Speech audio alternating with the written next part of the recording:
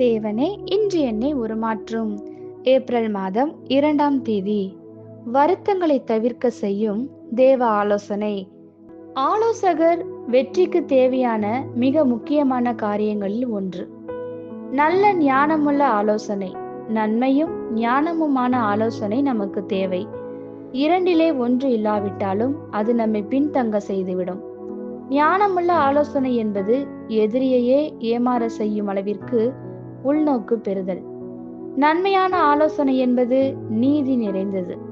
சரியான ஆலோசனை மாபெரும் தீர்மானங்களை எளிதில் எடுக்கவும் வேகமாக முன்னேறவும் உதவுகிறது. ஒவ்வொரு நாளும் ஏராளமான தீர்மானங்களை எதிர்நோக்குகிறோம்.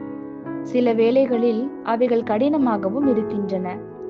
ஒரு சிறு தவறு ஏற்பட்டாலும் வாழ்க்கையையே அது நாசமாக்கி விடுகிறது. இந்த வேளையில்தான் நமக்கு ஆலோசனை தேவைப்படுகிறது. ஒருவருக்கும் தேவன் கட்டாயமாக ஆலோசனை கொடுப்பதில்லை. ஆனால் கருத்தோடு தம்மை நாடுபவர்க்கு அவர் மறித்துக் கொள்ளுகிறவரும் அல்ல. வாழ்க்கையில் நாம் பலவிதமாக தெரிந்து கொள்ளலாம். சிலர் தவறானதை தெரிந்து கொண்டு அழிகின்றனர். மற்றவர்கள் முட்டி மோதி கண்டு கொள்ளும் பாதையை தேர்ந்தெடுத்து சரியான நிலைமைக்கு வருவதற்கு முன் தங்களது பொன்னான நேரத்தை வீணடிக்கின்றனர்.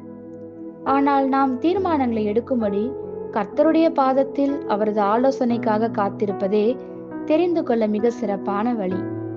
ஜெப நேரம் என்பது தேவை மனுக்களை கொடுக்கிற நேரம் மட்டுமல்ல, அது தேவன் பேசுகிற நேரம்.